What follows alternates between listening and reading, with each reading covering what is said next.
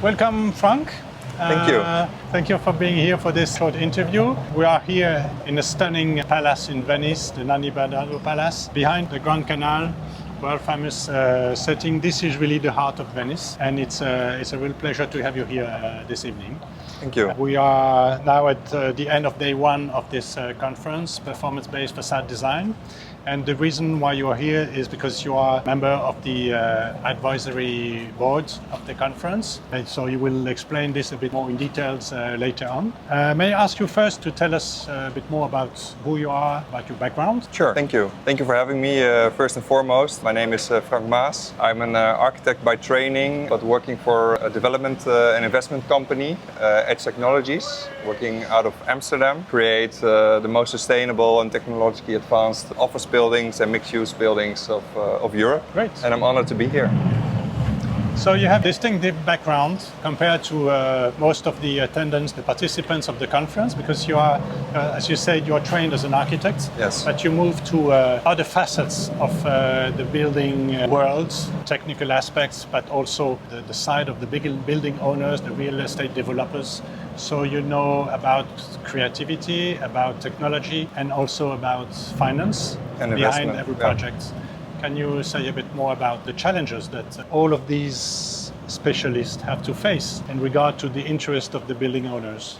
Yes. Yeah. When I started my career, I was really all into the architecture. I also have an engineering background, so I love to draw facade details. I've been doing it for 10 years straight, and from experience, I also know that engineers and architects are fully invested in creating, their vision and materialize on their ambitions when it comes to high performance facades and high performance building. Now, being also on the other side, being the client for most of the people I work with and I love the interaction to seek for the optimal balance between creativity, sustainability, but also feasibility. And that is something that I want to share with you guys today. Is that I think there's a way of finding this optimum between the creativity, technologically advanced answer, and future-proof and sustainable solution, while keeping in mind, the feasibility and the interest of the building owner, which is value creation and value preservation. And I think, if we get the right people together in the right mindset, we can aim for the stars. So, from your experience at Edge Technologies, what have been the key challenges and opportunities to implement performance-based facade design, which is the theme of the conference today? What we've seen is that whenever we look at mostly existing buildings, one of the first things we look at are the facades. We look at the installation, we look at the structure, we look at the bones. We're standing here, we have a skeleton, but it's also about the envelope. It also it's like 30% of the value of the building, and the building cost if you have to renew it. One of the challenges we see is that facade has different ages. It can be in fashion, it can be in style, or it cannot be in style. It can have a technical longevity, which can be different to whether it's in style or not. And it has a sustainable impact as well for the energy performance of that. And so you have to balance all of these out. And I think one of the key challenges for us as a group altogether is to find the right way of dealing with those. Because if they're not aligned, then we could end up with a lot of buildings that are stranded, that are just there, and nobody wants to work on them anymore, nobody wants to live in them anymore, nobody wants to recreate in them anymore. It's too costly to renovate. Yes, yeah. Even if the retrofit approaches today are more advanced and more performing than they used to be. Yes, but the thing is that end investors are super cautious, so they need to have very strong guarantees the status and future performance of these buildings, and that is something we really should keep in mind. So you have an executive role at Edge Technologies.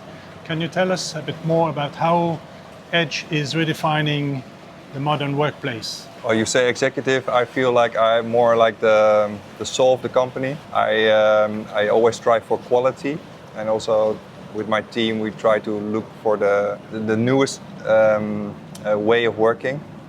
So we don't look at today, but we look into the future. And we're trying to implement it also in our own workplace as well as a testing ground laboratory to see what works and what works not. The thing is that still we need to get people back to the office. And maybe the office isn't the right word, you know, maybe it doesn't even can be named, but a place where you want to be. I myself, I live 5 minutes away from the office. I have a fine apartment in Amsterdam, but I want to be at the office, at our company, because that's where it happened. How can we create that? That's the question, indeed. We're trying to deliver on that question.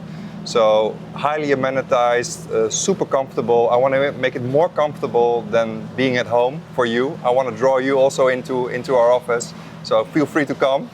You'll never want to leave. And by getting all these people together, inspire them to create new ideas, and so we can go ahead for another 20 to 30 years into the future.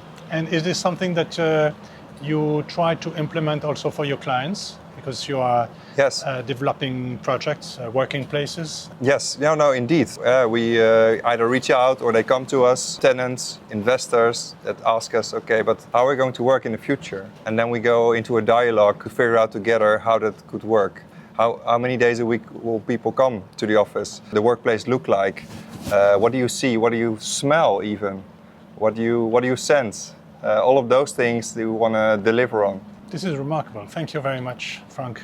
Thank you, Olivier. For this interview in these beautiful settings in Venice. Thank you for having me. Thank you. Thank you.